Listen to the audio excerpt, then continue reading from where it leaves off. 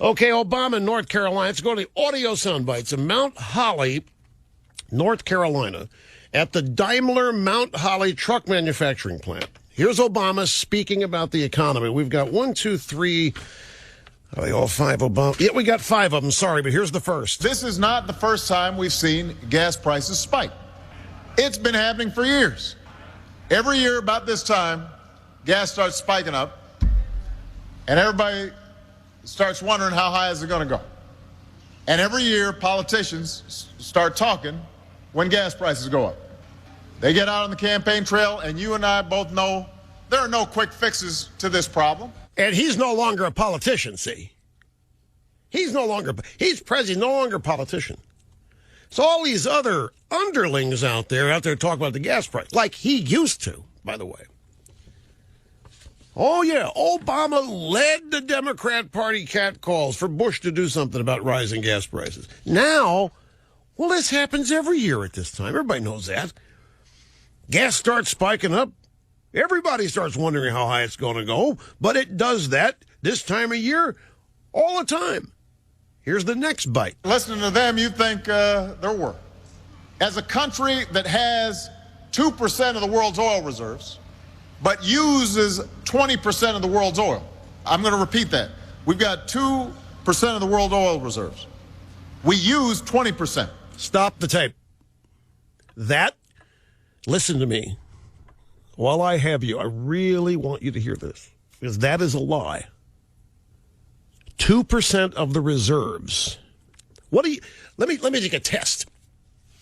Conduct a test.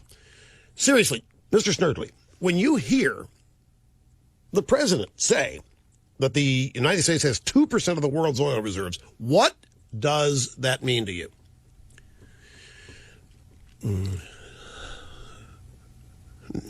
No, you're half right in what the incorrect definition is. Snerdley just told me that 2% of the world's reserves means that we have 2% of the entire world's oil supply in our strategic reserves.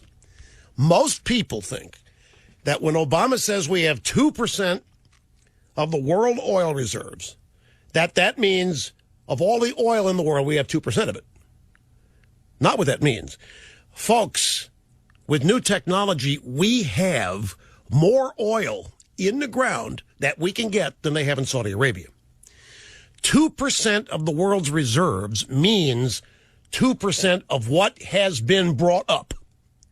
2% of what has been produced, not 2% of the supply. This is an out-and-out lie, and I don't know how else to categorize it. He is purposely misstating this. This is a left-wing catcall for as long as I have been alive. And in this statistic is the implied guilt. Look at us. We've got 2% of the world's oil, and we use 20%. And it's not fair. We are raping the other nations on this. That's what that means. A country that has 2% of the world's oil reserves but uses 20% of the world's oil, it means that we are raping the rest of the world. We are unfairly taking advantage. And that's not the case. In the first place, 2% of the world's reserves is a misleading statistic because it isn't true. The second thing that you would have to do is, I'm not going to dispute that we use 20%. Well, what do we do with it? Are we hoarding it? Are we not sharing it? Is nobody else benefiting from our use of oil? Do you realize if every one of us, I'm going to give you a statistic I've used on this program before to illustrate my point here. If every automobile were shut down today and not a single automobile was driven, we would still need 5 to 6 million barrels of oil a day to satisfy all the other products and services that are used, derivatives of oil are used in. Even if we stop driving, we'd still need at least 5 to 6 million barrels a day. But folks, this is not an evil country.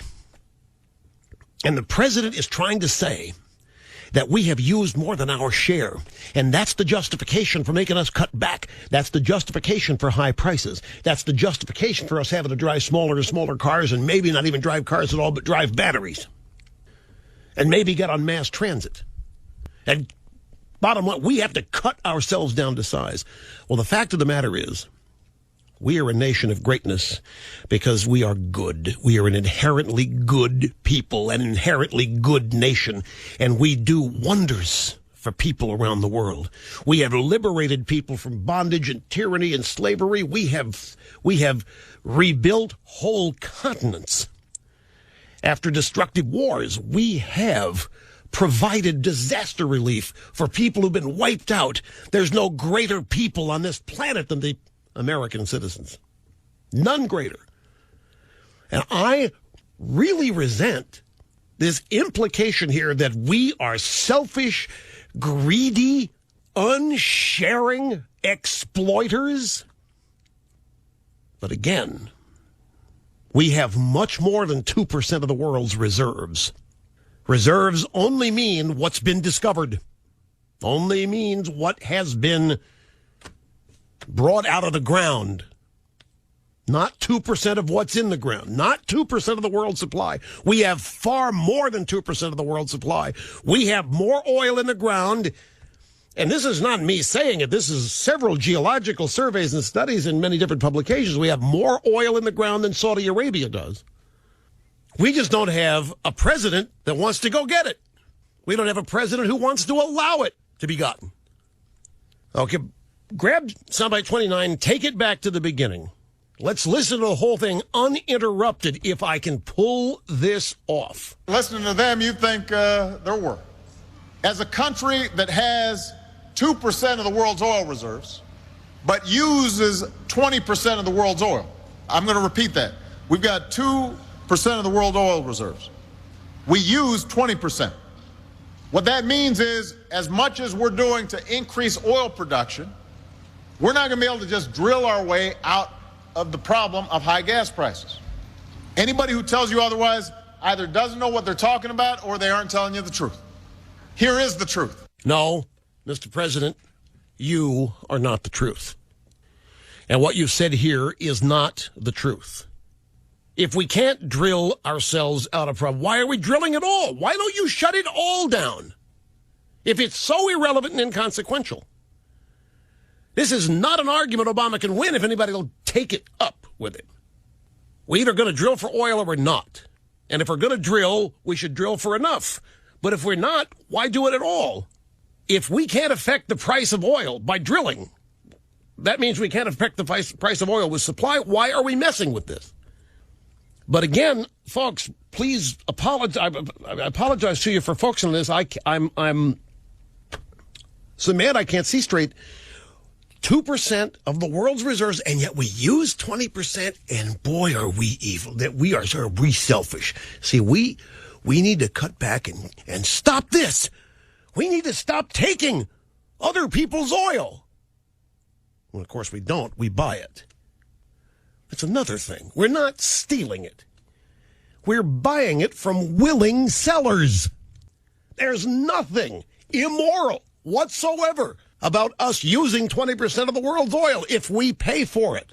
Nothing immoral whatsoever. And I can't tell you how I resent this man's effort day in and day out to somehow say otherwise. Back after this. Breaking news.